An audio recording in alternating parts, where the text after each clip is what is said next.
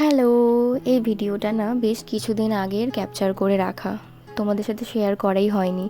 এক দিন না অফিস থেকে বেরোনোর পরে ভালো লাগে না মনটা। তো ওকে বললাম যে একটুখানি আমাকে নিয়ে বেরোবে, তুমি যদি ফ্রি থাকো। ও বলল ঠিক আছে তুই দানিশ এগলেন আয়, আমি ফিরছি বাড়ি, আমি মঙ্গলবার আজকে যেহেতু, তো আমি পুজো দিয়ে নিয়ে তারপর তোকে নিয়ে বেরোবো। তো আমিও দানিশ এগলেন পৌঁছে ওর জন্য ওয়েট করছিলাম, ও দানিশ এগলেন এলো আমাকে নিতে। তারপরে আমরা একটু বি কলেজের গঙ্গার ঘাটের দিকে যাচ্ছিলাম।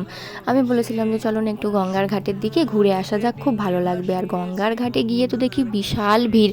এখানে তো এভরিডে এরকমই ভিড় থাকে, তোমরা তো জানোই, নতুন কিছু আর নয়। তাই আমরা ওখানে না দাঁড়িয়ে একটু যাচ্ছিলাম শালিমারের দিকে। আর এই যে অভিজিৎদা এখানে কল করেছিল, অভিজিৎদার সামনেই বিয়ে, খুবই মজা হবে।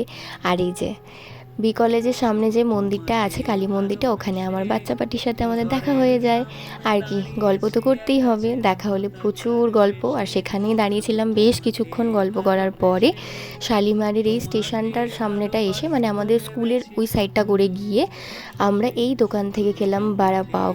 এই দোকানে সব থেকে সেরা বাড়া পাভ। তোমরা যারা খাওনি একবার এই দোকান থেকে ট্রাই করতে পারো, বেশ সুন্দর খেতে। আর ও তো আমাকে ইউনিক ইউনিক জিনিসই খাওয়ায়, যেগুলো আমি খাইনি, আমি বলি বায়না করি সেগুলোই নিয়ে যায়।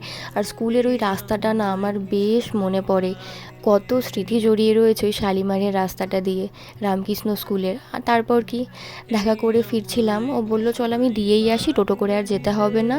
জানি না কোন দিকে সেদিন সূর্য উঠেছিল, যাই হোক, ফাঁকা থাকলে এরকম ড্রপ করে দিয়েই আসে মাঝে মধ্যে। আর এই যে আমাদের সেই বিশ্ববিখ্যাত চুনাভাটির রাস্তা, যার জন্যই ও আসতে চায় না, তাও বা দিয়ে গেছিলো সেদিনকে, কি ভাগ্য ভালো। যাই হোক, ভিডিওর মধ্যে তোমাদের যদি কিছু ভালো লেগে থাকে তাহলে অবশ্যই একটা লাইক, কমেন্ট আর শেয়ার করে দিও। দেখা হবে অন্য কোনো মিনি ব্লগে। আর কি, আমাকে বাড়িতে ড্রপ করে দিয়ে ও চলে গেল বাড়িতে। আবার তোমাদের সাথে অন্য কোনো ব্লগে দেখা হবে, ততক্ষণ stay tuned, bye bye, good night.